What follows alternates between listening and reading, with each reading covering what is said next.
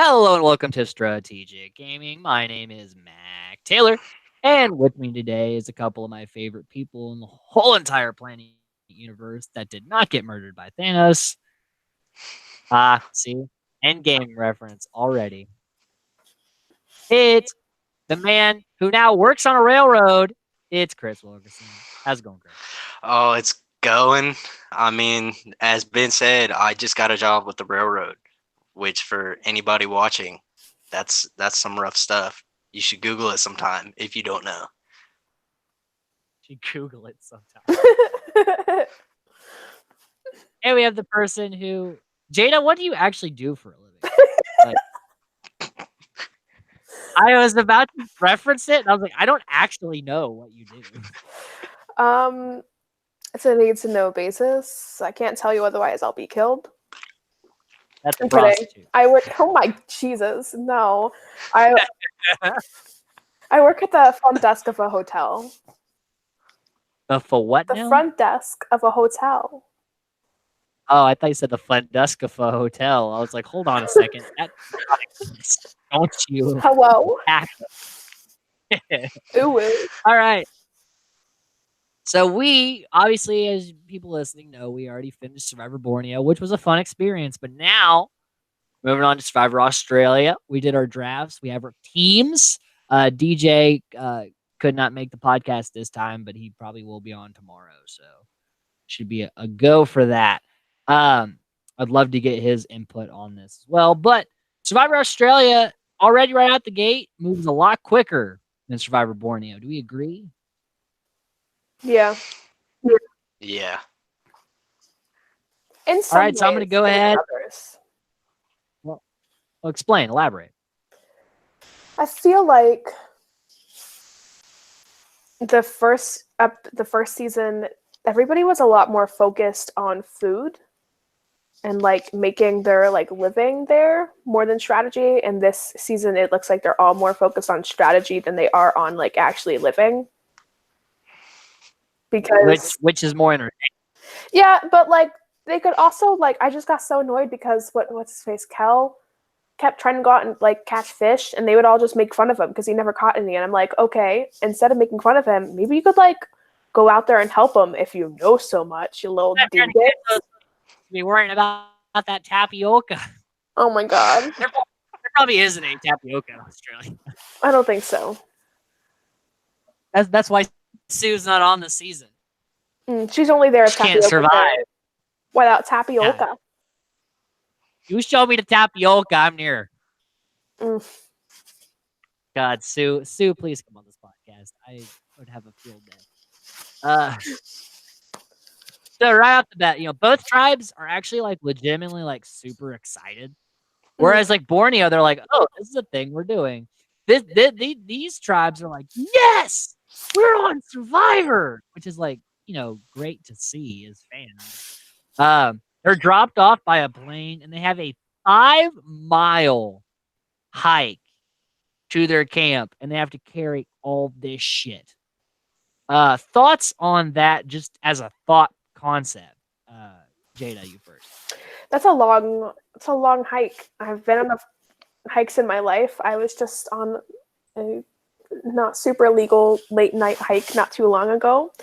And I think we only did like 3 miles, and we weren't carrying any heavy stuff. And like, there was still like it was a hike, So that is a good unofficial first challenge. Definitely understand why they were winded. Chris, thoughts on that? Yeah. I mean, right now, if they asked me to do a 5-mile hike to be on Survivor, I'm pretty sure I might just go to bed instead. And I love Survivor now. But I mean, yeah, it's rough. 5 miles, that's no joke. Especially carrying as much as some of these people were. I mean, you guys saw it. People were loaded down. It's rough. I don't even know if I can make it. And it's not like this is for like a challenge. Like, their reward for this 5-mile hike is that there's nothing on this beach and they have to build shelter. It's like, oh God, why would you do this in Australia? You know how hot it is in Australia? The producers Uh, are savages, you know. They are, because in Borneo, they're like, we're on a beach. Like, this is a thing. Australia, like, you're gonna fucking walk. Like, good job. So, and right off the bat, Nick is in charge of the compass. And very similar to Patrick and SpongeBob, he leads them the wrong way on that compass. Like, for a while. That makes that 5-mile hike a little bit more than 5 miles. Yeah, theirs was because it actually took them a lot longer. It probably like a 7-mile hike by the end of it. Because like he's leading them in the wrong direction, and Kimmy's like, "Yeah, that's not the direction we're supposed to go in." And Deb's like, "No, what's the map say? Look at the map. Yeah, we're gonna follow the map, Kimmy." Nick's like, "I think I'm reading this thing right," and she's like, "Well, where does it say? Where's this direction?" He's like, I think this way." She's like, "Well, that's where we're going." And I'm like, he said the words "I think" and "maybe." I don't trust that when I already have a 5-mile hike. But also thoughts here early on that Deb is already getting into it with Kimmy and being like, "We're doing this, and you in the green hat, you do this." And Roger's like, okay. Thoughts on all that, Jada? I think I remember when we did the draft, I said the reason I picked Kimmy over Deb was because I knew that she wasn't going to be well liked. And I think that she is starting to prove that from very early on in this competition. Sorry, Chris. Chris, you have Deb. You want to talk about it? Let's see. Yeah, Jada's pretty much right on the head. I mean, I got it from the bio I was sent. I've gotten it since she's been on Survivor so far. She's on my team, so like I want her to keep going, but oh my god, if she stays in the show, I don't know if I can handle it. And then we get Colby is carrying like all these like water canteens, and like they're like big water canteens full of water. So Colby's dragging these, and he's like, "Man, this is like really an actual challenge. Like I was coming into this like, how legit is this game?" And like, it just started. It's pretty legit. And I'm having fun, and I don't know, that off the bat kind of makes me like Colby because I like people that are just like, "I'm out playing Survivor. This is cool." And like, I think he's really embodying that very quickly. And I'm digging that. But everyone's tired. They're over this walk. They're over carrying all this awkward shit. Varner already, he's feeling pretty sick. He's like, "Oh man, I don't know. Like this sickness has come over me. It's rough." Kucha gets rained on, but Okafor doesn't. I don't know how the hell that works. But apparently Nick led them into the random rain cloud.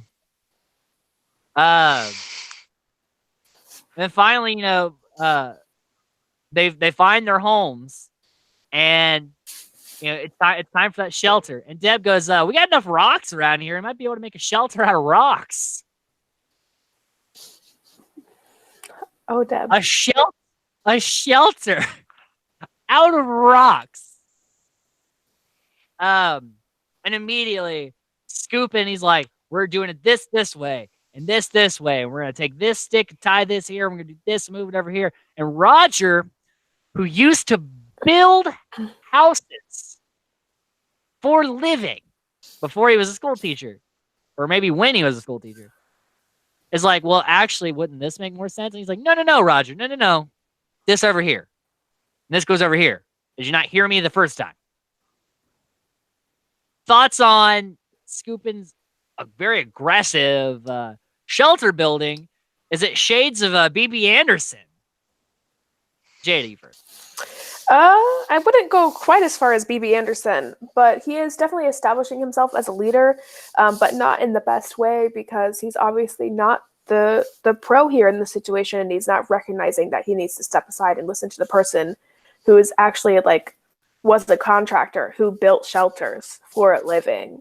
And sometimes the best thing to do as a leader is to step aside and let the people who are pros do the thing that they're pros at. And it sucks because he's on my team. He's on Team Wallaby. So, I want him to go far, but I also want him to be less annoying.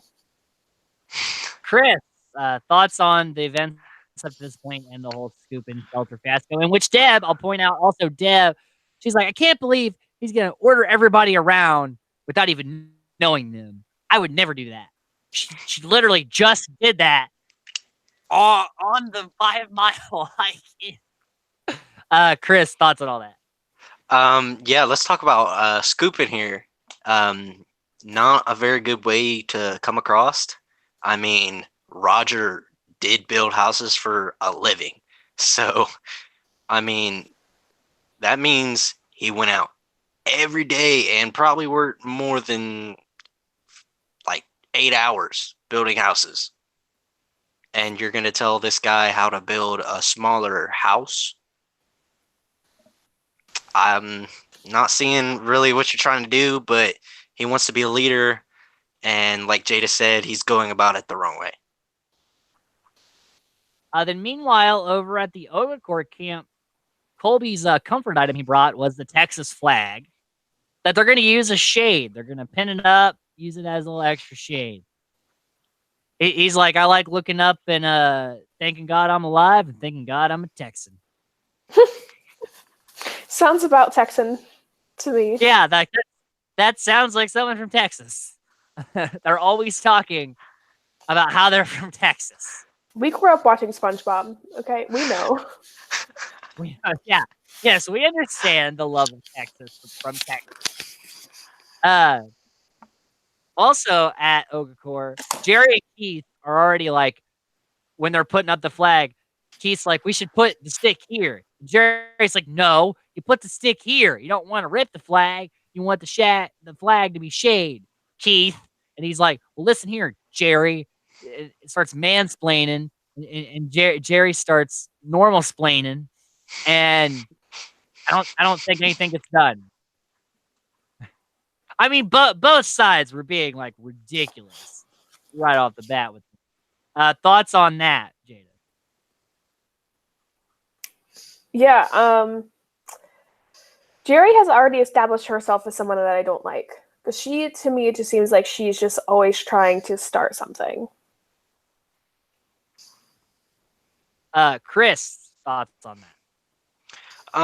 Yeah, I really feel the same way as Jada. I mean, I know I keep saying that, but I mean, Jerry just keeps telling people what to do and how to do it, and like she wants to be a leader, but she's not actually like contributing other than telling. Words don't matter. And then we go back to the Kucha, and I'll cut. We'll chunk together the tribe stuff here. Kimmy at night is just like she can't just say something. She has to very loudly say something like every time she talks. So she's talking about like, oh yeah, but first thought when I got here is how the hell am I supposed to masturbate when I got to sleep next to all these people so close together? And she's talking about this and finger up the ass this and Deb, and it just slowly just like pans over to Deb, who's just like, and then it pans over to Roger, who's like, this is weird. And then it pans over to Farner, who goes to his confession, and he's like, oh my God, this woman is so annoying. Like, she doesn't just say something. She's got to yell it in her little twang and talk about, oh my God, this, that, and the other. And he's like, I cannot wait to get rid of it. It reminds me of Bunky talking about Cheryl. Like, that's how Varner is describing Kimmy. Then the morning scooping's like, everybody's going to adjust to living out here in the wild. I'm a hunter. I do this all the time. This is my domain. I'm used to this. Then he goes and he finds all these figs. And he's like, guys, we have fruit. And they're like, oh, yeah, we have fruit. And they go to break open the fruit. Bugs. All in every single fig is just filled with bugs. And he's like, don't eat it. It's not good. No bueno. But I found them because I'm an outdoors guy. And then Cuts to Deb and Scoopin, who are arguing over the fire. Deb's like, the book! I read the book on fire making, which is, of course, the only book in the world about the only way to make fires. And it said you gotta do this and this. And Scoopin's like, yeah, but I've actually made fires, and I say we do this. And then she's like, no, the book says this. And then Roger's like, if we need kindling, I brought a Bible. And Dirk Bean is at home going, what? No! So Roger takes out his Bible, and this is really cute because on the back, like his son-in-law left a message, and it says like go to page like 242, and he goes to 242, and it's got a message there. It says go here, and there's a message there, and there's just love messages all over this Bible for Roger from his family. I really liked that moment.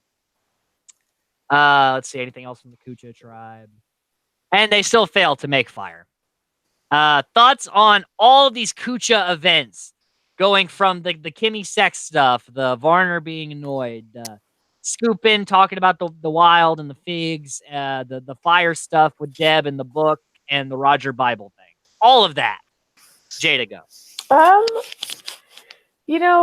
At least they keep it interesting, but I don't see an alliance forming anytime soon with how they all get along. And by that I mean they don't all get along at all.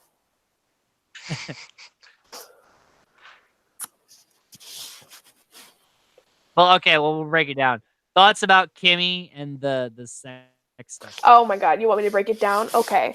Yeah, So, let's break it down. Okay. Kimmy. There is a reason why you were number 15 on Maya's original list. And you got her at 15. And you are literally still just proving it. Everything you do is annoying. And I just gotta leave it there. Okay, and then the Scoopin talking about how he's the outdoorsman and then finding the bad fruit. The bad fruit scene was as hilarious as it was disgusting. I really did not enjoy seeing all those tiny little bugs crawling around on fruit because I happen to enjoy fruit.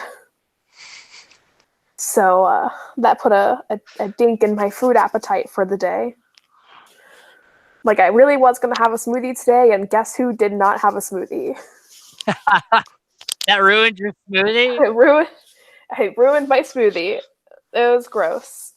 And then let's see, it moved on to the fire thing with Deb proving why she ranked even farther below Kimmy at number 16 on my original draft pick by being an annoying asshat. Now, I read the book. Okay. Real life experience. Book smarts. Real life experience. Book smart. Real life experience, Deb. But the book clearly said. And then also the Roger Bible. Oh, yeah. That scene was so cute. I was like, oh my god, his luxury item and his family left him messages. This is just beyond anything that I could expect. Like, it had me emo for sure. It was so cute. Okay, Chris, on to you. Let's start with the Kimmy situation. I didn't really have as much of a problem with the whole Kimmy thing. I mean, I thought it was funny. She's kind of like saying all the jokes nobody else wants to say. She's asking the real questions here, people. How do you masturbate on Survivor? How do you? But no, like, do you agree that like Kimmy would do well on Pagong? Oh yeah. I have two different sides. I mean, I feel as watching it, it's funny, but if I had to live with that, yeah, I'd be pretty upset too. I mean, it would get pretty annoying, but kind of funny. Was her luxury item a vibrator? If these are the burning questions in mind. Let's get Kimmy on the show. We have to ask her now. If we get Kimmy Kavenberg on this podcast, I cannot, like, first question, bring a vibrator on Survivor. She'd, like, log out immediately. I'd be like, well, there goes my journalism career. There it was. It ended with the dildo. Sorry. Thoughts on the scooping fruit situation? Yeah, Scoopin says he is an outdoorsman. Um, any outdoorsman knows what bad fruit is. You know, it's not very hard to tell. I mean, I can go out in my woods and pick good fruit right now. I feel like Scoopin might be lying about this whole outdoors thing, and he might have proved it with the fire as well, because he no fire. Yep, that's very true. Then on to the Deb scooping fire arguing. The book. The book. I don't care about a book on making fires because normally they're wrong. I mean, real life experience. Said real life experience is better than a book. I mean, they didn't get fire, but there was too much fighting. She should have just let him do it the way he wanted. I mean, you can make fire a lot of different ways. It doesn't matter what way you use. You can get there. And then the Roger Bible stuff. Yeah, I'm gonna take this whole thing from a different level because it was super sweet and I liked it a whole bunch. But for anyone religious, I believe it is actually a sin to burn the Bible. And it was kind of like nationally televised. Yeah. Am I wrong? I mean, I come from a family of Catholics. They say you cannot burn a Bible. Am I wrong, people? I mean, yeah, but like none of the pages burned had any real scripture on them. They were just like, like the copyright pages, I think. To be fair. Copyright in the Bible? What? Jesus was just out there copyrighting the Bible. But you know what I mean? Like the first couple pages came back to life just to copyright the Bible. And the first couple pages is like printed by, whatever printing press in whatever year. You know what I'm talking about. Stop it. Yeah. Copyrighted the Bible. Quit. The Bible, TM. Wait a second. Oh shit. All right, well, this is not a religious podcast. We're gonna back this one up a minute. Absolutely. Let's go. Then on the Okafor side, Jerry and Keith are like, he's like, this is how you make a fire. Jerry's like, no, this is how you make a fire. Keith's like, listen, let me explain how to make a fire. Jerry's like, no. I will explain how to make a fire. He's like, but I am a chef. I use fire. And she's like, I am an actor or an actress. I am fire. They didn't actually say those things, but that's just how I interpreted their babble. Then Jerry's like, fuck it, I'm going to play my bongo, and that's going to help you start a fire. So she's got this bongo, and she's going to town on it. And nobody gets fire. So thoughts on all that crap, Jada? For as much focus as they're putting on the fire, it seems like they should have one by now. And there's just so much. The only fire happening in this episode is the fire between these contestants who cannot get along. But and it's not like Borneo or like the first few episodes. They're like, Pagong's like, we're a family, and Tagi's like, well, we'll just get rid of Stacy and then we'll be okay. And no, everyone on both tribes are like, fuck you, no, fuck you, and it's like. I love it though. Like I love. We're starting out so hot. You know what? I don't love it because it's like, can you just chill for a second? I mean, it's entertaining, it's interesting, but just chill for just a second. Just chill, everyone, please. So then we get immunity challenge, which is for matches and immunity. They really need matches. Clearly. Maybe they won't even start a fire with the matches. It's not clear.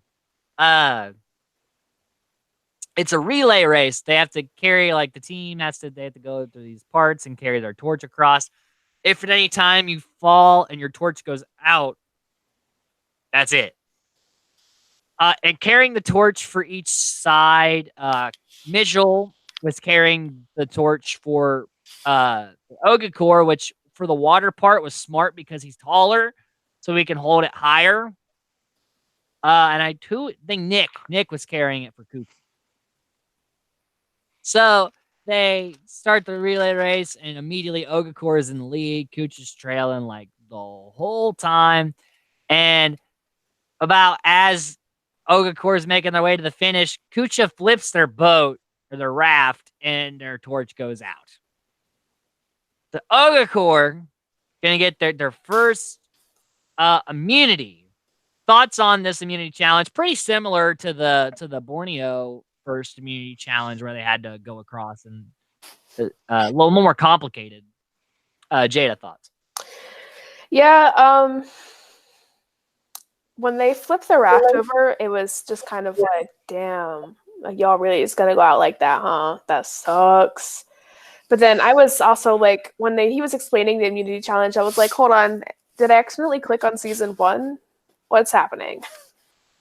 It's pretty similar, except instead of just going out, circling, and like coming back, they had to like go across the bridge and then like go to this part and then come back. Like they actually had a couple extra steps as compared to like go around and then come back and then. I think they're definitely making Australia, like right off the bat, they're making Australia more of a competition than Borneo was. They got more money. We got more money. You got it harder. Just like in Big Brother 3, we hope we rise above CDs in a plastic bowl to pool. I hope we can rise above that challenge. We got like 50 more bucks. We can make it a little better. Chris, thoughts on that immunity challenge? Yeah, I mean, it's just like Borneo, but a little more complicated. And I think that's pretty much summing up the whole season so far. I mean, it's like Borneo, just a little more complicated. People don't really get along. And I think it's all because both tribes are missing the one key ingredient to get along, and that's a leader. If there was a leader in either one of these tribes, they have to come out soon because it's not going well. Greg and they're missing Rich. Mm-hmm. Essentially. Yeah, for sure. Because even though like I disliked Rich at first, but he really brought people together, and that's just something that they need to happen on Australia right now. And even Greg, like he had his tribe ready to lose to him. So, you know, and the merge at Borneo was like, is it going to be Rich or Greg? And even if we go to a merge right now and survive in Australia, it's like, I don't know who's going to win. Let's see here. Back at the Kucha camp, Roger's like, we're defeated. This sucks. I don't want to have to vote anybody out, but here we go. Deb's like, gonna swing the vote on Jeff. So Deb runs around everybody and she's like, Jeff, he said he's sick. He's okay with leaving. He said he's totally cool with getting voted out. She tells everybody that, yeah, Jeff said he's totally cool with that. And Alicia goes to Jeff. She's like, who are you voting for? He's like, I'm thinking about voting for Deb. What do you think? She's like, well, Deb says that you're okay with getting voted out. And he's like, I never. Why would I say that? I came here to play the game. And she's like, that's words out of Deb's mouth. Ain't my mouth. She's like, you might want to do something about that. So he's running around and scooping at people. And he's like, yo, did you hear Deb saying this thing about me wanting to leave? And he's like, yeah. They're like, I don't want to leave. I'm voting out Deb. And everyone's like, okay. Thoughts on this bold move on Deb's part? Jada first. If you're going to pull a coup like that, at least don't do it like a dumb bitch, okay? Oh, shit. I wasn't expecting that. All I'm saying, Deb is a sacrifice. That's all I'm saying. Okay. Okay, is that okay? Chris. Yeah. I think my team name says it all. Deb is a sacrifice. I like the idea behind this, but the execution is awful. I mean, just telling everybody that he wants to go home and not even talking to him at all. I mean, you gotta figure out a better way around it than just saying something and letting it get back to the exact person you said it about. I'm blown away. But even going into the vote, people are talking about Roger too, because he's the older guy, and they view that as a hindrance. Because this tribe is actually mostly younger people. Mm-hmm. Like the older people of the tribe is technically like scooping like the parents, but like most of these people are young, and Roger's like a pretty big. The generation gap is pretty big for Roger. Varner, however, he's like, as Roger's like, I don't really want to vote anybody out. And like a lot of people in Borneo are like, I don't want to vote anybody out. Roger. Varner's like, I'm excited to do this. I want to look right into this camera and say, I'm voting you out. And he's like, I get to do it soon. This is going to be fun.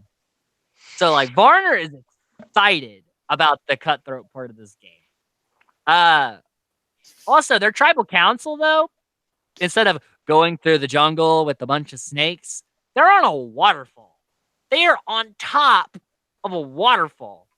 That's pretty fucking cool. I just had to point that out. Like, that's really cool for tribal council. And at the tribal, Jeff's like, you haven't seen much of the Ogacore tribe. What are your thoughts on it? And I can't remember who. I think Scoopin and Varner are both like, they're the enemy. As far as we're concerned, it's Kucha versus Ogacore this season. Which, a lot of Borneo was them talking about like, well, the other tribe is so mysterious. Is there an alliance? Is there not? Kucha's like, if it comes down to a merge, we're Kucha strong. We're banning against the Ogacore. So what do you think about the lines being drawn in the sand this soon, Jada? They're definitely, like we said earlier, they're definitely going head first into the strategy game, which is a lot different from Borneo. And it's keeping things interesting. It's giving us some action and pretty bold. But I'm here for it. Chris? I have a different approach. See, I feel it's good to like the opposing tribe, but not let your tribe know that. And I don't know why, but I feel like Jeff is just that guy. I mean, he has the distance morally, and he's excited to vote somebody out of the game. Like, do you know what that means? Like, he wants somebody to go. He's ready to play. And I think him saying this is just another play. I mean, he doesn't even seem to like anyone in the tribe he's in now. So why would they keep him? Yeah, Mind games. I think part of Varner saying that is like, if all else backfires, he could be like, Kucha strong. But I think if he gets the chance, I think he'll cut anyone's throat if it means that he's going to go farther in the game. And this is one of the first kind of arc. I mean, yeah, we see Rich do this a little bit, but Rich had to get an alliance behind him. Varner doesn't. He's like, he's playing this cutthroat by himself, which probably isn't as smart. But it's definitely interesting to see our first kind of archetype of someone being like, I'm bad. Let's do it. Vote comes out 7-1. Deb will be the first person voted out. And she, in her like final words, she's like, I thought this game was going to be who's stronger mentally, physically. And it turns out none of that even really matters. Which is kind of Survivor in a nutshell. Final thoughts on Deb, Jada. Deb, Not as smart as she thought she was. She gone now. She gone. Chris. Oh, I mean, I said it from the beginning. I don't like Deb. I hated the fact that she was on my team. I don't think I will ever be more glad to lose a player than I am right now. I mean, And you actually on the draft are like, I think Deb will be the first person voted out. So, hey, congratulations, Chris. You correctly guessed the first one out. It was on your team. You are the first person to lose a player. But like, you're okay with I'm okay with it. I don't like Deb. And she said it with her interview with the camera. She thinks a strong mental game, what you bring to the table, the work you put in, all of this is like the most important things in Survivor, which she did none of. Mm. What did Deb do on Survivor? She read a book. Leaving it. She read a book. Oh, Skills. yeah. Yeah, Deb was pretty abysmal. Like, I think she had good ideas, but she had awful execution every time. Consistently awful. Deb Eaton. Episode 2. Scoopin wakes up and just starts cooking rice. Everyone's asleep, and they're waking up to rice. And they're like, hey, we're not hungry. Varner especially is like, why the fuck are you wasting our rice right now? We're not hungry. Scoop in his confession, he's like, these people don't understand nutrition and what it means when they don't eat to their bodies. I'm going to go hunt. I'm going to feed them, and I'm going to make their bodies feel better, and that's going to make them value me as a player. Thoughts on that, Jada? Honestly, I could see both points of view for the subject. Me personally, I would love to wake up to somebody else cooking for me. And I think it was really a really nice thought that he was like, we're a couple days in, we need to eat something. I'll wake up early and I'll cook for everyone. Like, I thought that was a really noble pursuit. But like everybody else on the tribe was saying, they didn't discuss this. And like the people's food is something that you have to discuss with everyone because they all said they weren't ready to eat yet, And I think once he does provide food for them and shows them that, well, you guys are hungry, then you're realizing it, and it's having more of an effect on you than you do realize. I think they might understand it more. But to just assume that role is going to be detrimental to his game. Chris? Yeah, he's been trying to assert this leader type role since he's been here. He's argued with a few people, he's done a few things, and I love the idea behind this. I don't get why anybody is upset. I mean, when I wake up, I want to eat. They're on Survivor where they compete mentally as well as physically and just put in massive amounts of labor. And you don't want to eat? I can eat while I am eating. But like Jada said, you should talk to your tribe first. But I mean, surprises are nice. It is everyone's food though, and it's absolutely correct. It's everyone's food, not just his. And he's really, really pushing to get his role of a leader, and he might be pushing himself further away from it. Yeah, like, I understand him wanting to feed them, but go catch some fish. Go do something else. Rice, they don't have a lot of, and this should be used as like a lengthy game thing. Don't think couple days. Think long game when it comes to eating. Because this is going to be the longest season Survivor ever. So this is like 40 days they're going to be on this island. 42 or something like that. That's a lot of days, okay? So, like, you got to make shit last. Back on the Ogakor tribe, Kel, he's trying to do the old Richard Hatch strategy. He's like, I'm going to try to get fish, and that'll be my place in the tribe, and they won't vote me out because I will be catching fish. And they're all like, catching fish? Ha! That's hilarious. We're gonna do this whole like wave pool thing, this whirlpool thing. We're gonna sit in here and talk shit about you while you go fish. Now there's no fish in those waters. And the camera literally like just goes down and there are so many fish just like right there. And so I thought that was some funny, like the producers like, fuck you, there's fish right here. Thoughts on all of that, Jada? Honestly, it was hilarious when like the camera panned down to show the fish and to show how wrong they are and how dumb they all are.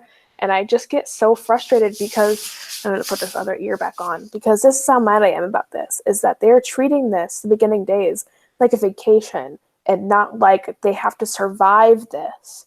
You have to be making an effort to get food, to get water, to have shelter, have fire. And they're all just fucking lounging around. One person is out there doing work and they're making fun of him instead of all contributing. I'm fired up about it. Okay.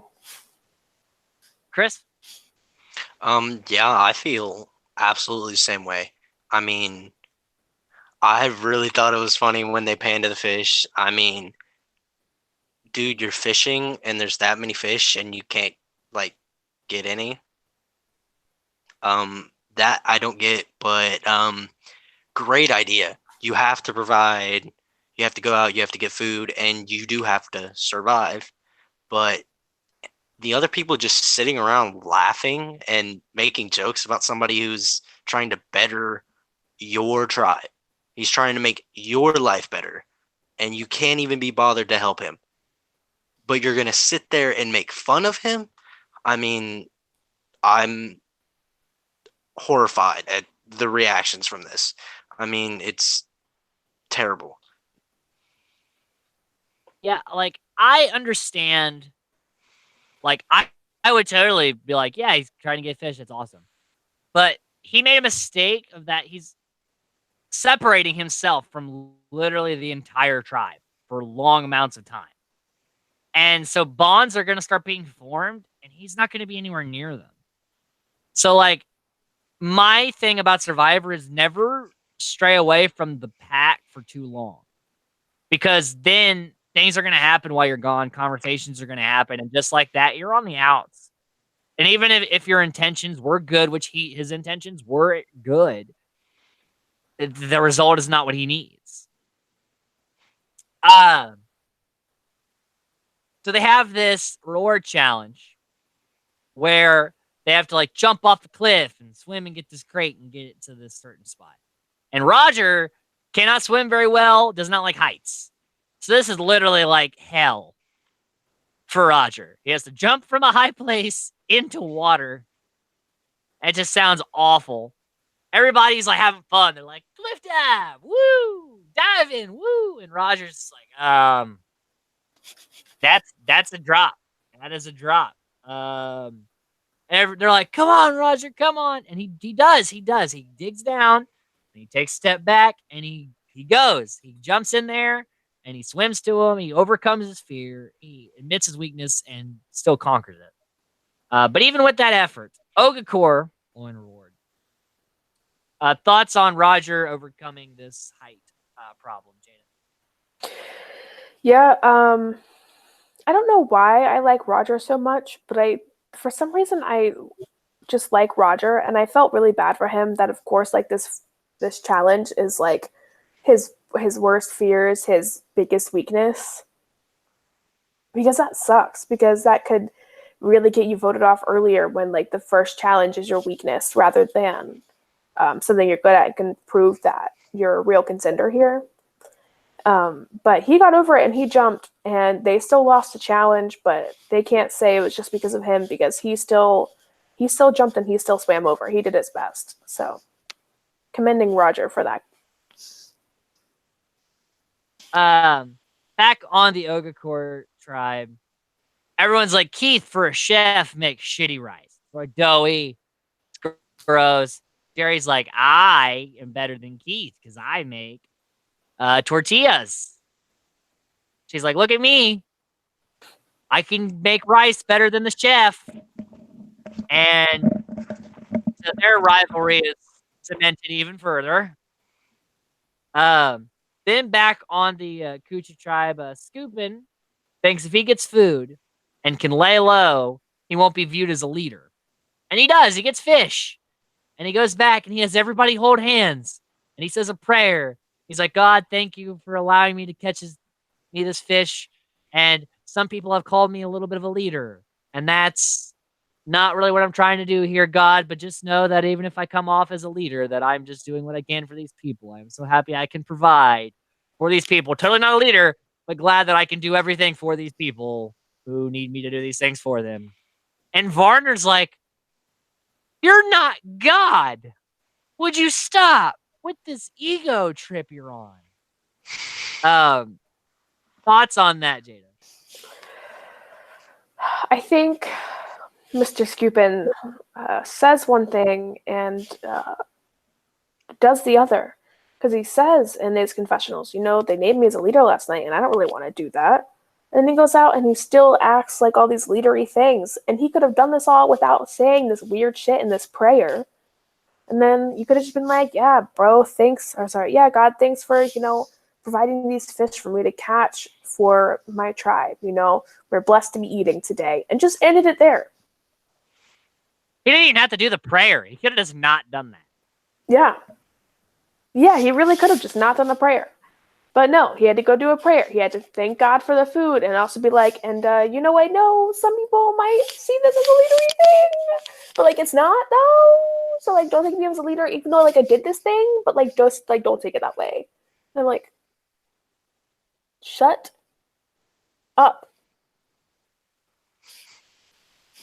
Chris, thoughts on it? Yeah, the ideas behind Scoopin are good. His brain, not so much. I'm not sure if he knows this, but he's said before that he wants to be a leader, and now he says that he does not. And yet he goes out, he gets fish, and then you decide to pray about how you're not the leader. And yet you went and you got fish, and you want everybody to think you're really good at catching fish. And the episode before, you said you wanted to be a leader. And now that you actually have your go-to that you were looking for to be the leader, you don't want to be the leader anymore? I mean, are we getting some flashbacks to Borneo and I believe it was I want to say Gretchen? Am I wrong? Where she... Yeah. Yeah. Kind of, or even kind of like Joel, where he tried not to be an alpha, but he couldn't not be an alpha. Yeah. There's a lot of examples of this kind of thing. But, my thoughts on it is Scoopin's brain is so complicated because he's like, yeah, I don't want to be a leader. But then he does this thing and he totally makes this big spectacle of it for no reason. Mm-hmm. Did Rich would be like, I got fish. Don't vote me out. And make jokes and stuff. But Rich didn't make them all sit down and hold hands and go, now thank God for allowing me to be your great provider. He never once did that because that's a bad move because that makes you seem arrogant. My thoughts on Varner is be careful. Back on the Ogakor tribe, Kel is accused of having beef jerky as a luxury item and eating it in privacy. And when confronted, he's like, I was chewing on a blade of grass. And Jerry's like, you weren't even near grass. You have to be near grass to chew on grass. And he's like, I was eating grass. He's like, but if it makes you feel better, you guys wanted to shave your legs. I have a 3-bladed razor. You can have a blade. The guys can have a blade. And I'll keep blade. And they're like, oh, so we're going to take it. But you're going to offer us stuff? That means you're guilty. But yeah, we're still going to do it because we want to shave. But yeah, you're guilty, but thanks. Doesn't the fact that he has a 3-bladed razor prove that was his luxury item and not jerky? Exactly. And like they went through his stuff and didn't find jerky. It's like they're just being like dicks for no reason, and I got really mad about it because like Kel is the one who was out there trying to find fish for everybody, was he not? While y'all were lounging around, and then you're gonna accuse him of doing something that he's not doing with no proof, and then when you look for proof and don't find any, and he comes back and is like, "Hey, man, let me prove to you that I'm not doing it by saying this is my luxury item and not this jerky," you're still going to be like, sounds suspect. Yeah, it's pretty bad. Chris. Yeah, it's highly suspect. But anyway, I mean, he proved to you that his luxury item was razors. And you're gonna still be mad at the man and take his razors while he has done nothing but try and provide and make your lives better since you've been there. Why you gotta pick on a Marine, huh? Leave my Kel alone. Well, I think this goes back to my point of that he isolated himself early and it was not on purpose. But they've already formed this relationship and now it's like the tribe against Kel. And even though they're literally like Jerry is like just trying to make him out to be a bad guy. He's like, I saw him eating jerky. Things like that. And they went through his bag and like, there ain't nothing in here. And he's like, I have a razor. And like, thanks, but we're voting that guy out. Fuck that guy. Like Jerry is like hardcore just trying to be like, who can I put a target on that's not me? Which, respect for game. But I do feel really bad for Kel because he has no idea what's going on. And it sucks because he could be a real contender, but they're just turning on him for no reason at all. In Borneo, Kel would, again, probably do really well. Marilyn, she's like, should we apologize? Because that was kind of rough, and you did go through his stuff, and that's kind of fucked up. And they're like, no, we're not going to apologize to him. And Mitchell's like, yeah, I'm glad we did it. And Marilyn's like, okay. Back at, at the Kuja tribe, Kimmy's, they know there's a eating challenge coming up. And Kimmy's like, I can't eat mammals. I can't eat mammals. We're in trouble. And so they have the wheel of torture. Or treat, depending on where you land on it. First up, we get Marilyn and Scoopin. They got to eat this worm thing. Scoopin, I didn't even see him put it in his mouth. That's how quickly he ate it. Marilyn took a little bit, but she did do it. She took out her teeth to do it. That was hilarious. Then we have Kimmy versus Keith. They had to eat cow brain. Kimmy's like, nope, that's a mammal. Not gonna do it. And then Keith's like, you have any spices? This is delicious. And he ate it all really quickly. Kimmy's like, nope, not doing it. Not even gonna try. Then Nick and Jerry, they have to, it's like mud, it's called Mudwell, but it's like this clam type stuff. Nick, again, is like, what? Just down his throat. Jerry takes a while, but she gets it down. And then Kel and Elizabeth, they get the fruit. They just get to eat an apple slice. They're good. Then we get Mitchell and Jeff. They have to eat the larva, and they throw that down really easy. They have no problems with the larva. Alicia and Amber, they have like, is it a mosquito? It's some sort of bug. Like big bug. They eat it. Not much of a problem. Roger and Colby get a candy bar. I think it was a Snickers bar. It was cut in half. It was what it looked like to me. I was thinking like milk. Yeah, maybe. But either way, they're like, yes, we got the candy bar. Don't have to eat anything. Tina and Scoopin, they get cow like stomach lining. Scoopin, no problem. Throws it right down because he's scooping. Tina throws it up. So she fails. All she had to do was win that, and they won. And she fails it. So then they each get to pick who goes for the tiebreaker. They pick Tina because she's the only one that failed. and they pick Kimmy. And it ends up being you got to eat the worm. Kimmy's like, I can eat a worm. That's not part of what I don't eat. And so Kimmy throws back the worm. And as Tina's trying to throw it back, Jeff's going, uh, uh, and she does it. She can't do it in time. Kusha wins immunity. Ogakor will be going to tribal council. Thoughts on this whole immunity challenge, Jada? It was gross. I did not enjoy it. The very last, very big worm thing that they ate, like Kimmy opened her mouth and it looked like she just ate like squid ink or something. Yeah, it was all blue. It was all like black in there, and I was like not a fan. I did not like enjoy watching this challenge. We all know how I feel about eating bugs. The good ones were fine.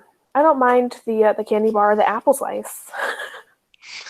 Well, like this is an upgrade again from the Borneo where they just had the larva. This time we got a whole smorgasbord. Yeah, I think I would have been better off with just the larva rather, because I don't like the not knowing, the spinning. You never know what you're gonna get, because what if you do get like the gross thing, and somebody else gets the nice thing? Whereas we could all just eat something that's like relatively gross but like small, and you can do it, rather than like that long ass worm at the end. Oh god. Chris, thoughts on the immunity challenge? Yeah, I thought it was great. I mean, any eating challenge, I'm game. I don't know if you guys know this about me. I'm a very big eater. I like to eat, and it doesn't matter what it is. I would have thrown back a big giant worm too. Cow brain sounds delicious. I mean, give them to me all. I'll eat them all if I win Survivor. That Mudwell thing looked pretty hard to eat. The stomach lining looked really gross too. It looked chewy. Yeah, just like the brain was like, I could throw that back, no problem. Larva, worms, like you can just a couple chews, swallow it pretty easily. I'd be okay if we stopped talking about this part now. But I did like the whole part of like Varner psyching Tina out. Like, again, this is Varner. He's not a good guy. He's crazy. Remember in Big Brother 2, he was the one that threw their blocks in the pool. Oh my god, yeah. He's a savage. He is, and I love it.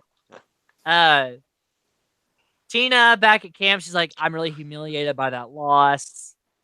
I should have done better. I could have won us the challenge. And if Cujo would have lost, they totally would have voted out Kimmy. Because that totally would have been her fault that they lost. I almost wanted them to lose just so they could get out Kimmy. And she's like on my drafts. But like almost. Like, I was like, oh, maybe they'll lose. You're like, can we flip this to get someone off my team, please? That's what I love about the draft. Sometimes you end up with people you don't want, and you're totally cool with them going on. Colby, he's like, I'm really threatened by Jerry. She's very competitive and strong-willed, and I think she'll be competition going down the road. Which Colby acknowledging Jerry as a threat, I think says a lot about Colby, who's been fairly quiet these early episodes. Then Jerry, she's like, I'm against Kel. I'm going to take out Kel. He's a liar.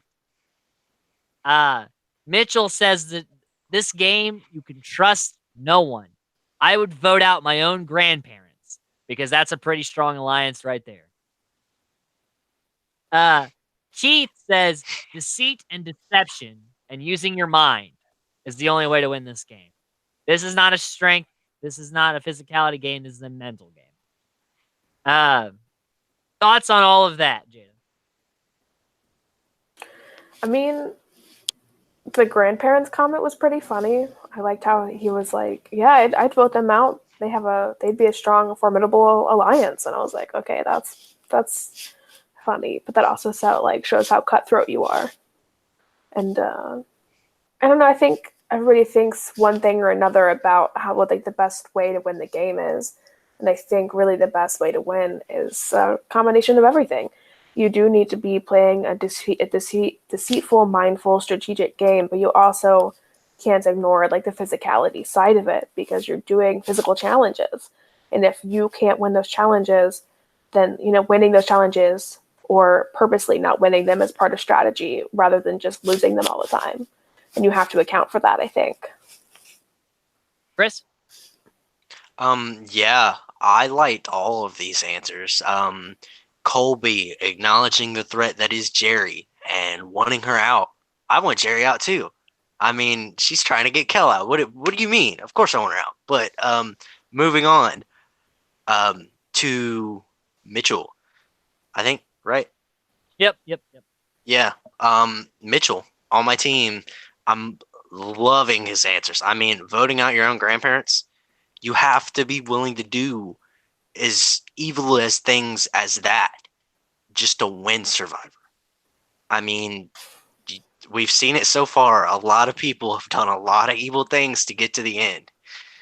And I mean, it's got to be done. And I like his acknowledgement that it has to be done, but I still don't know how he's voting yet. Snakes and rats, Chris. It's all about snakes and rats. Snakes and rats.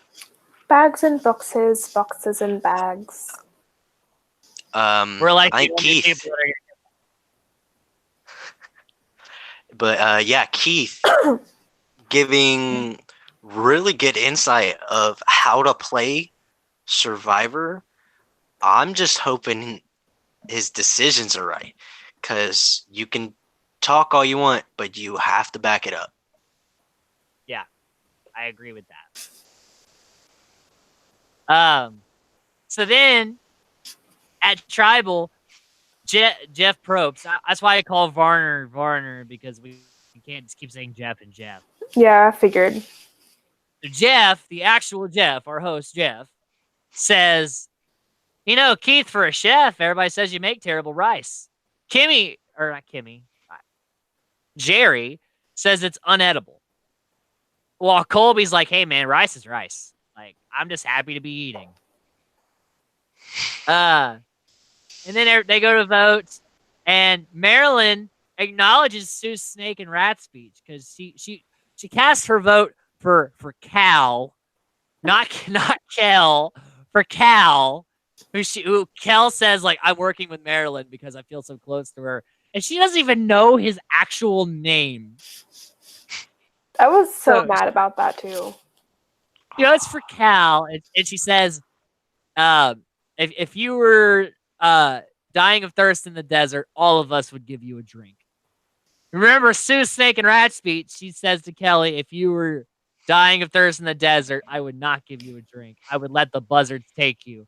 And I'm like, are you trying to act like Sue? You're not Sue. Like, I was a little mad that she tried to ride the high of the snake and rat speech because that's just golden. You're not going to touch it. So the votes come out 7-1 again. Kel gets the boot.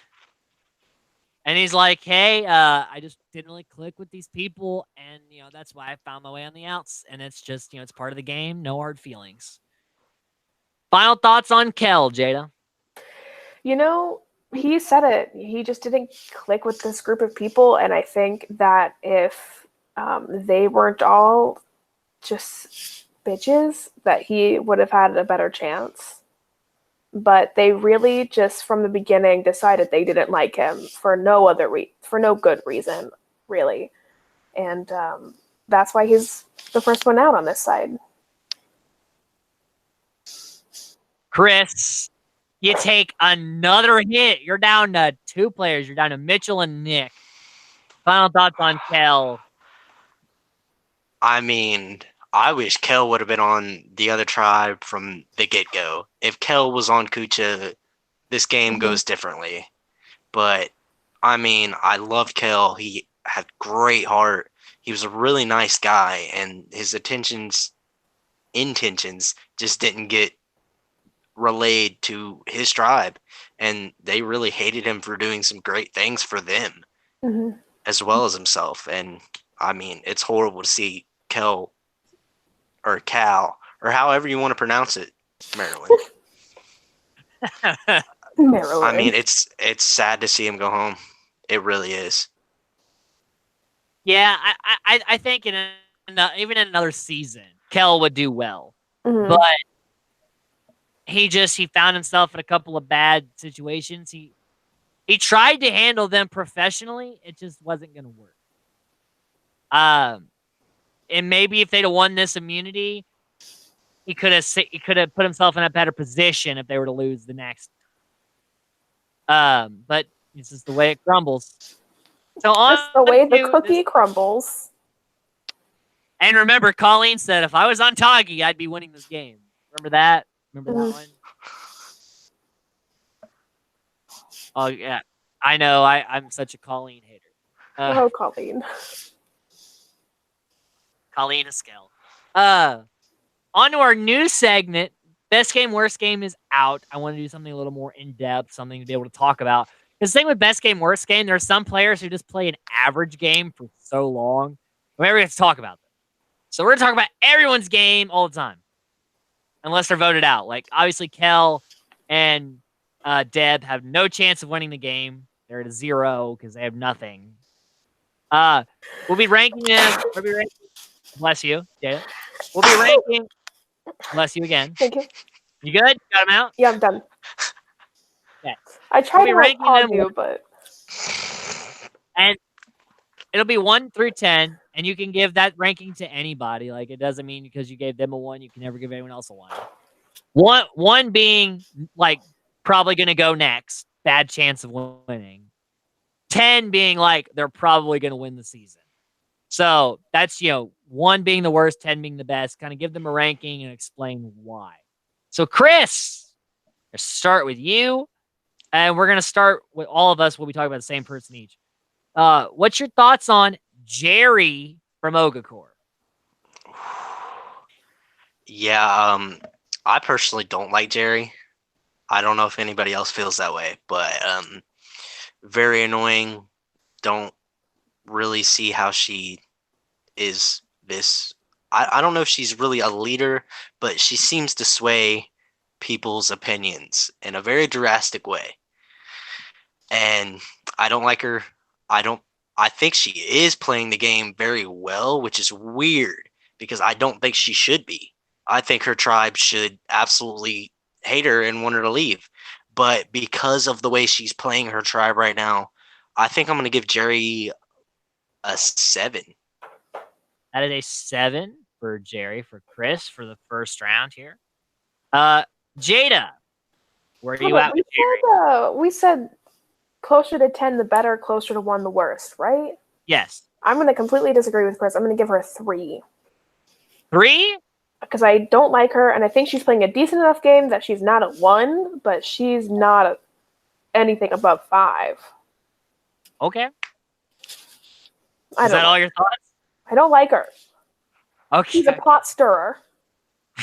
She's a pot stirrer. Yeah, she got out Cal. Yeah, I was about to say that.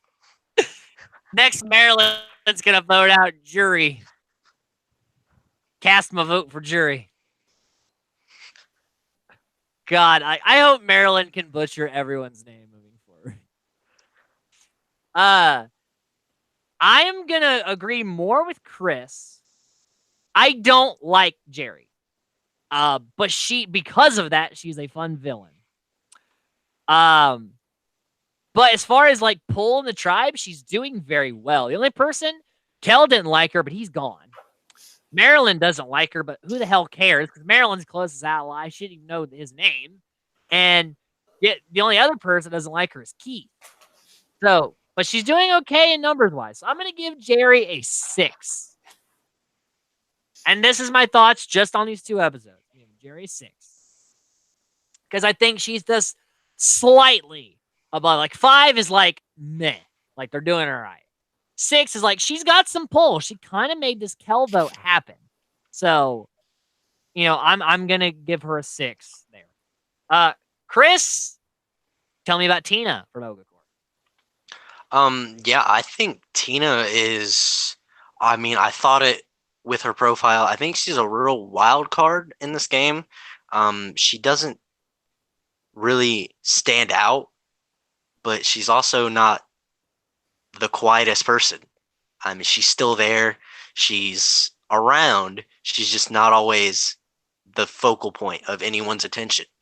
And I think she's playing it very well, but she doesn't seem to have an alliance. She doesn't really, because she doesn't talk as much, doesn't seem to even really know or anybody else know her on the island. And because of that, I think I might give her a 5.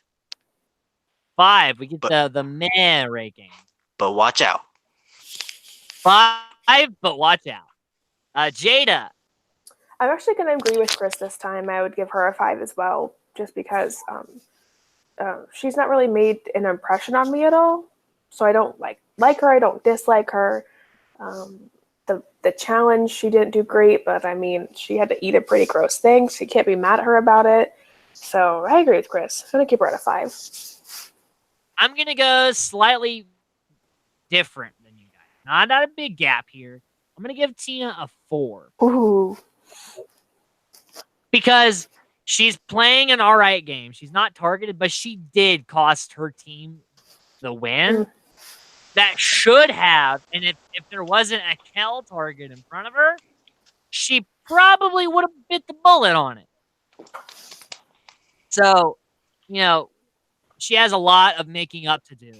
Put herself in a good position, but she's not in a bad position. So she's a slightly below average for me. Chris, talk to me about Colby from Ogre.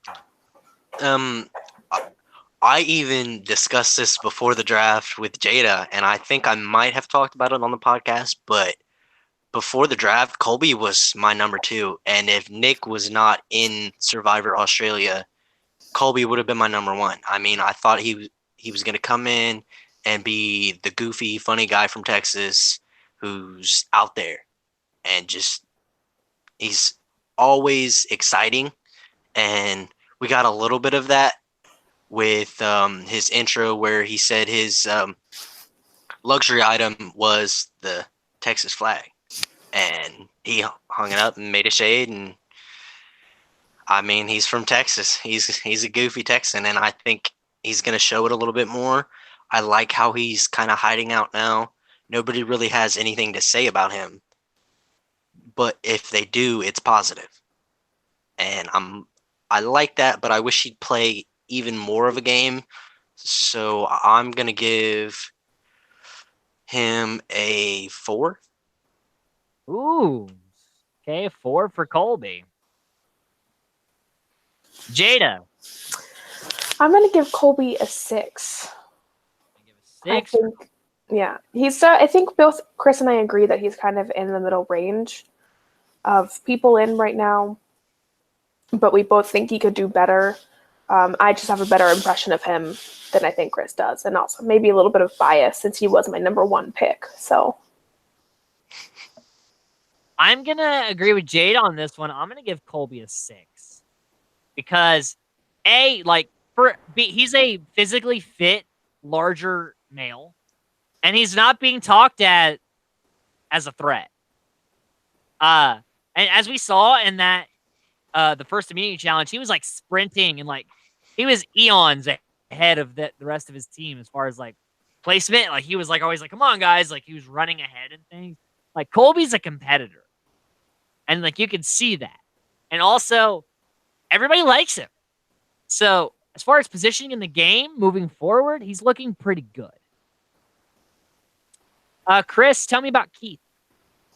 Yeah, I don't know what to think of Keith, to be completely honest. I mean, he's a cook, but people have problems with his rice. He knows how to play the game, and yet he voted for Kale. I think the intentions behind Keith are better than his actions.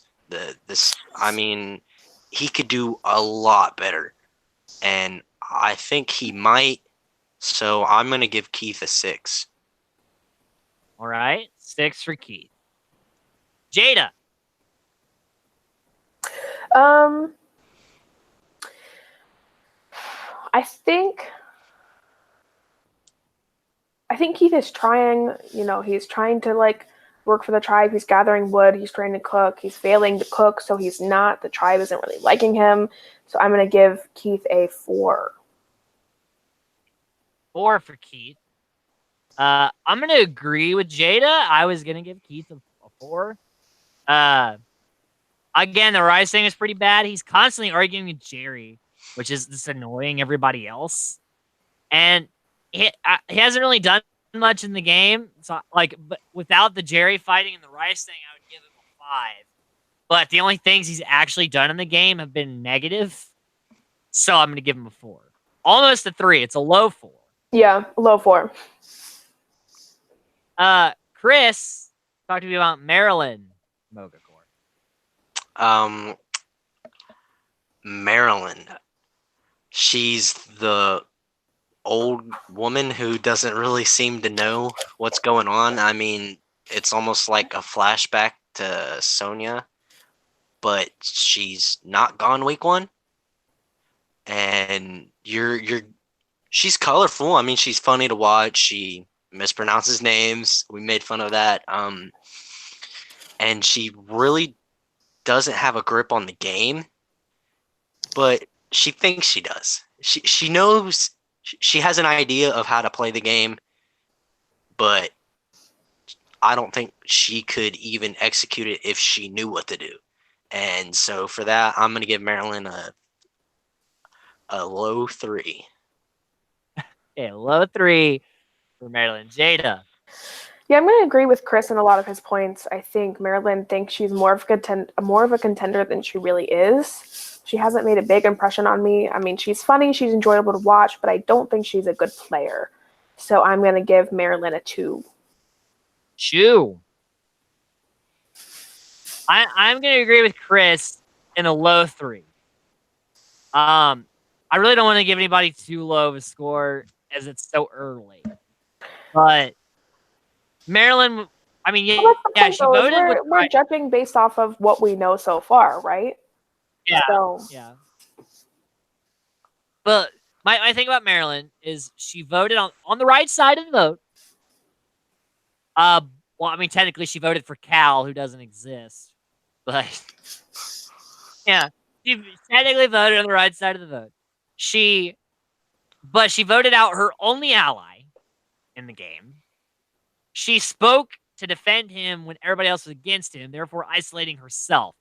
So now that Kel's gone, I feel like Marilyn's the easiest target. Unless Jerry and Keith completely obliterate each other's games. Or someone else fucks up very badly. I don't really see any other alternative. Chris, talk to me about Mitchell. Yeah, I drafted Mitchell. I think very highly of him. I hate how he treated Kel. I mean, he goes with the group, but he makes very good points about how the game is played and how he should be playing and what he thinks is going to happen. And it makes me think his strategy is better than what he's doing in the game right now. And I think that's part of his strategy. I think his whole strategy in the game right now is to lay low and just know things. He knows what's going on, and he's really kind of playing, but I can't be 100% sure yet, so I'm going to give my guy Mitchell a 6. 6 for Mitchell. Jada? I really don't think Mitchell has made an impression on me at all.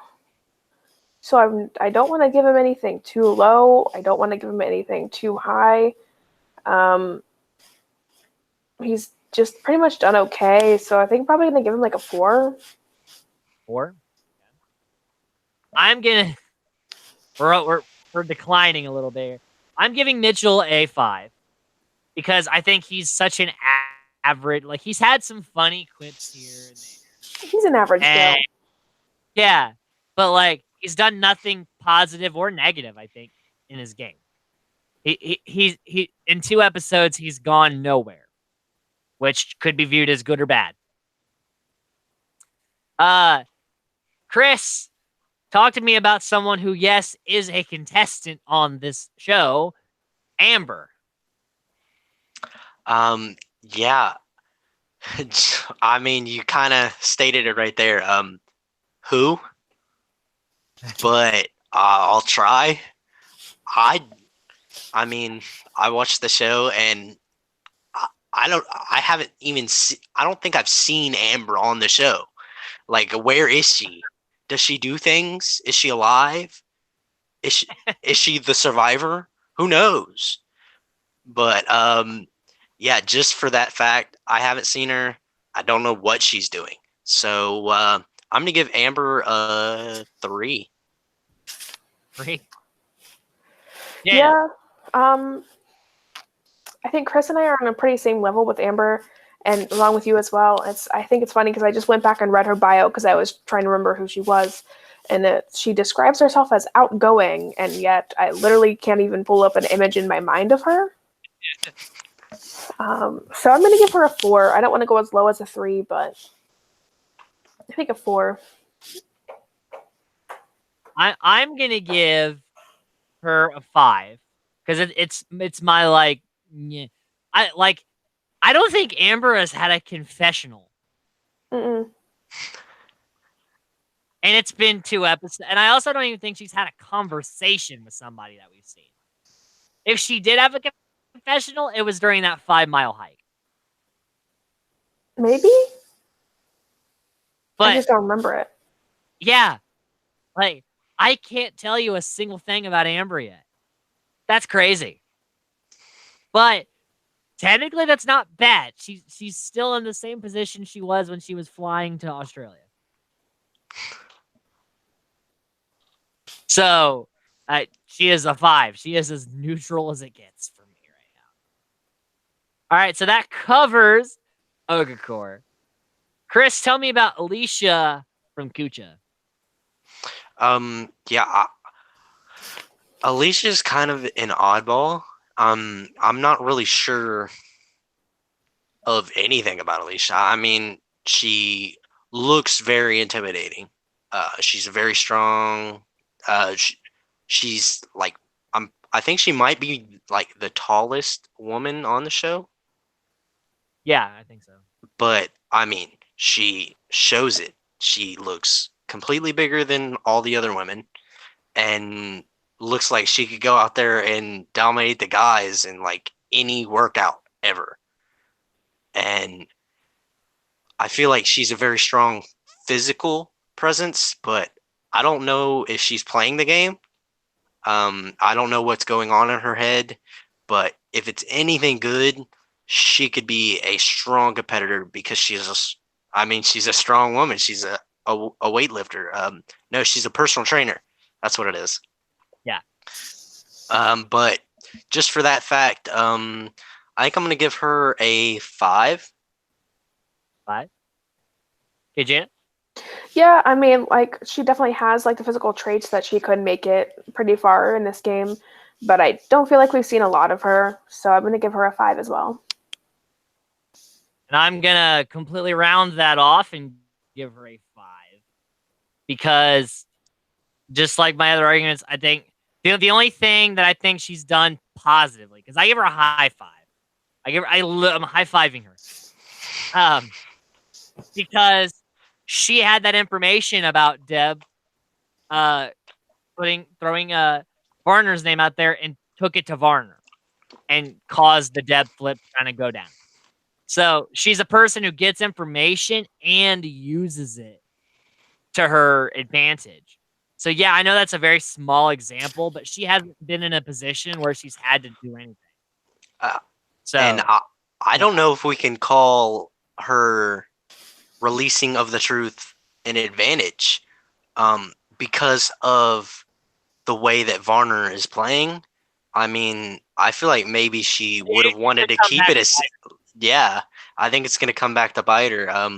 Varner, I feel like could be very good, but we're not talking about him right now. We're talking about Alicia, and I don't know if it's an advantage, but she is honest, and she went and told Varner, and I feel Well, like Varner that's a good point. might Yeah, just that think is a good about point. that. I forgot that was her. Yeah, that's a good point. I'm gonna raise it to a 6. You're gonna raise it to a 6. Staying at 5. I'll stay at a 5 too, but Jada will raise to a 6. Chris, tell me about it. And again, the other person who is also a contestant on this game, Elizabeth from Kucha. Yeah, I feel like Elizabeth has a little bit more of a presence than Amber. I mean, not a We have whole lot. because she We talked have about the awkward we've wait. seen her talk. That's the important part. She's talked on the show. But she talks to people. We've seen her in a lot of different conversations. She is at least there, and she's laying low. And She's I there. think I think that's a pretty good strategy for now. But she's got to think in game, and I don't know if she is, but laying low hasn't done too many people very good in these games. But I'm gonna give that a. I mean, I don't even know. I'm gonna give it a 6. I mean, at least she's there. You're rating her higher than Alicia. No, I'm gonna change that. Let's give her a low 5. Low 5. Low 5. Sorry, I know puns. Oh my god. We're very punny people. Yeah. You know, I think we're gonna agree on a lot of the things for these first couple episodes because a lot of these people haven't really made an impression. So I'm gonna agree with Chris and also give her a low 5. Low 5 for Jada. I had to find her on the list. I'm gonna give her a 5 because again, there's nothing here. Like she hasn't shown anything really good or bad. So average ranking here. This one will be fun. Chris, talk to me about Kimmy. I feel like Kimmy is trying to be the funny, outgoing.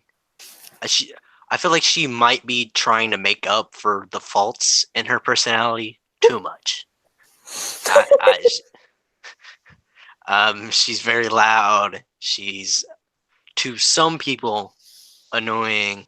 I mean, it's good and bad. She's making jokes, but they're not the greatest, and people don't like to hear her voice. So, if you change your voice, you might be okay. But Kimmy, you got to get less annoying. I'm gonna give you a 4.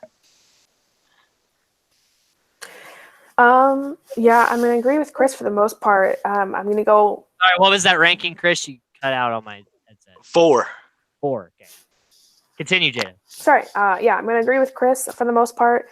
I think she's annoyed enough of the tribe for me to have a good reason to give her a lower rating.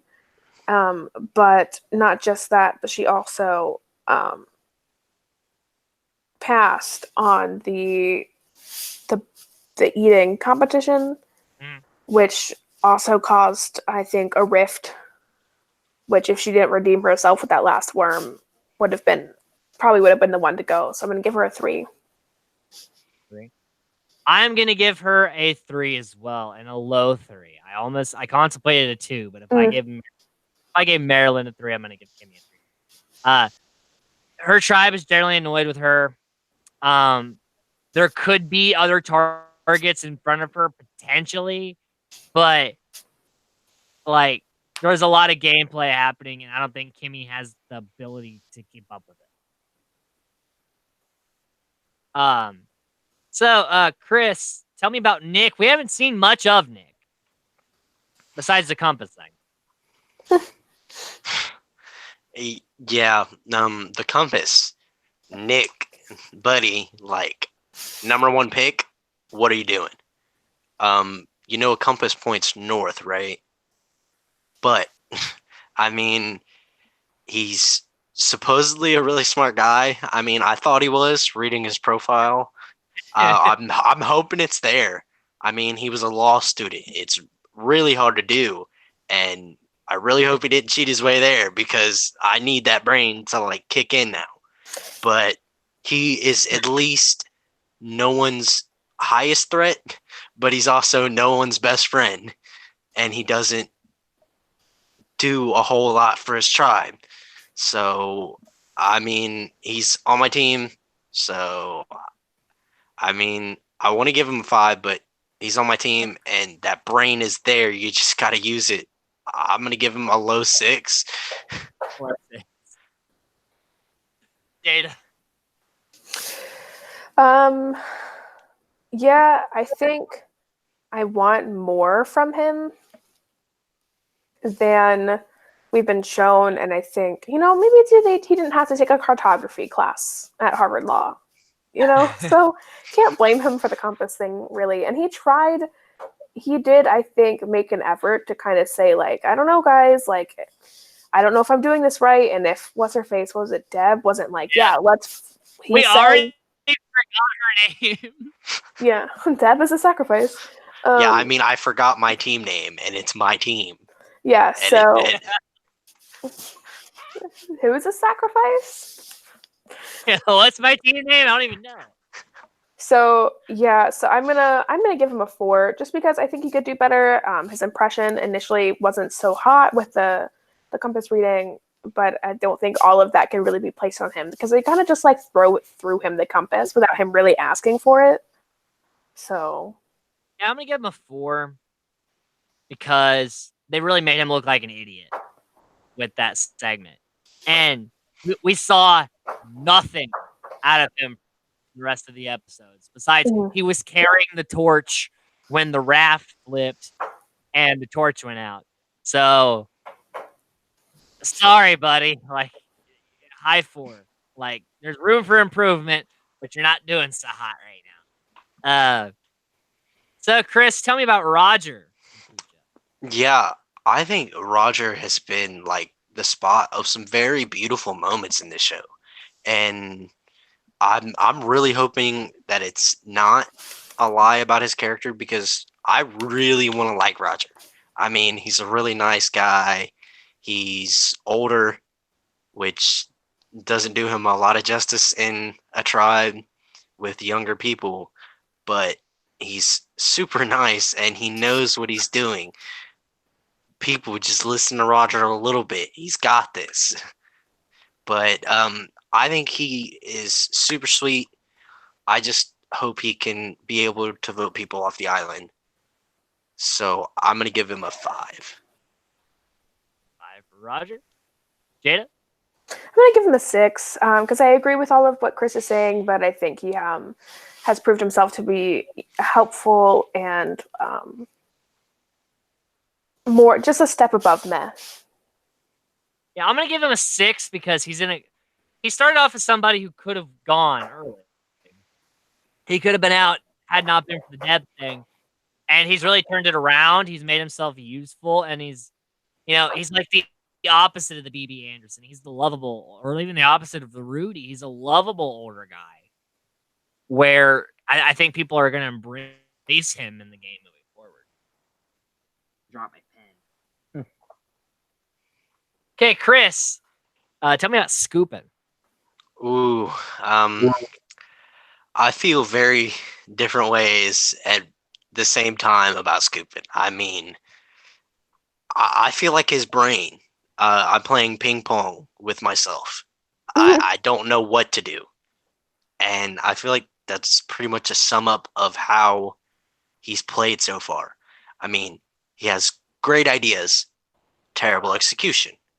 He's almost there. He just has to bring the 2 points together. You got this, buddy. You just got to do it better. So I like the potential, but he's not very well liked in his tribe because of the way he's trying to become the person that doesn't want to be a leader but wants to be a leader. But he's got to pick a decision. I mean, play one way or the other. So I'm gonna give him a higher 6 because he has the potential, but you got to get your tribe off your back. Yeah. Yeah, I agree with a lot of what Chris was saying. He's very I like the analogy, the ping pong analogy, because that is kind of what's happening with him. Is you never really know. He just turns around on his own self a lot. So yeah, I think I agree with Chris here. I'm gonna give him a 6 as well.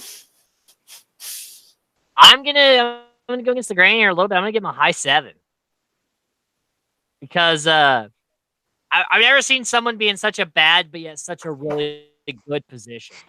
I think he's gonna annoy people, but they're gonna want to at least use him as a shield for their game. And I think Scoopin's the kind of guy you're gonna want around for the merge. Yeah. Because he's definitely going to be the one waving that Kucha flag like, attack! And Varner would be the one to throw him into the army and walk away. Which is our transition. Chris, this is the last one. Tell me about Varner. Yeah, I think I've said it pretty well.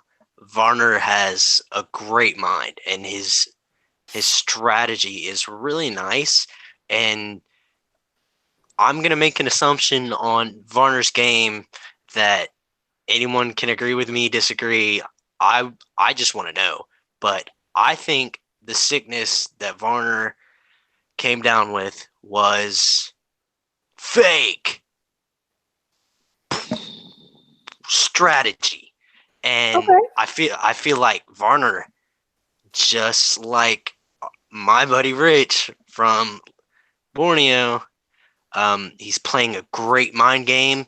He's got to put it to work, and his strategy is really nice. Nobody has him as a target, even though they should. And he's playing so many different ways at the same time. And so far, he's balancing this. But he has to keep the balance. And for that, I'm going to give him a 9. 9. Wow. Going to Jeff Varner. Jada, your thoughts on Varner? I think we are exiting the realm of us agreeing, Chris. I'm not going to say I'm a polar opposite of you. Your claim about the sickness being fake is a big claim. I don't think he was faking it. I really think that it was. I don't think it's as intensive as the other tribesmen were making it, though. I think a lot of his dealio was just that he was kind of sick from the flight, so like that motion sickness, and then immediately followed by that long, grueling hike really just made him, not only was he already feeling nauseous, but then exhausted. And so I think it was just that combo. And I think it just, he was just a little weak from it. And I think he's on his way back up. And I think he's a really good player. But I wouldn't give him a 9. I think a 7 for Jeff. I think he's going to make it to the merge for sure. I don't know how far after that, but I think he's going to make it to the merge. I'm going to rest solidly in the middle of you guys. I'm going to give Varner an 8. For the reason, afraid of 7. 7, 8, 9. 8, 9. But no, Varner was in a spot where he could have, if he did nothing, he would have went home first. If Deb would have been able to continue to keep talking, and he would have said, he flipped it by saying like, no. I mean, he did a bare minimum of like, no, I didn't say that. But then, he's doing things like psyching out the other tribe. Yeah. During, he's ready to be vindictive. He's ready to be manipulative, and he wants to be a villain. And I think he's gonna go far. I don't know how well his game works all the time, or how well this kind of game would work now. But it's innovative and it's new, and I'm interested. Mm-hmm. So, got to give Varner an 8 because at this point, these rankings are just like this point, how we think it's going to be moving forward. And at this point, he's shown me he has a lot of tools to play with. All right, so that's the power rankings, and we'll see how they change. Tomorrow, we'll be doing episode 3 whenever Chris is available. Chris, you on the same schedule tomorrow? No, I'm not. Tomorrow, I do not have to go to Washington Courthouse, which is like 2 hours away. Tomorrow, I'm going to be in my boss's shop, so quick availability. All right, sweet. All right, keep us So, updated. keep us updated when you're home. Tomorrow, we will be talking about episode 3 only. So one more person will go home. All right, that does it for Strategic Gaming. We'll see you guys next time.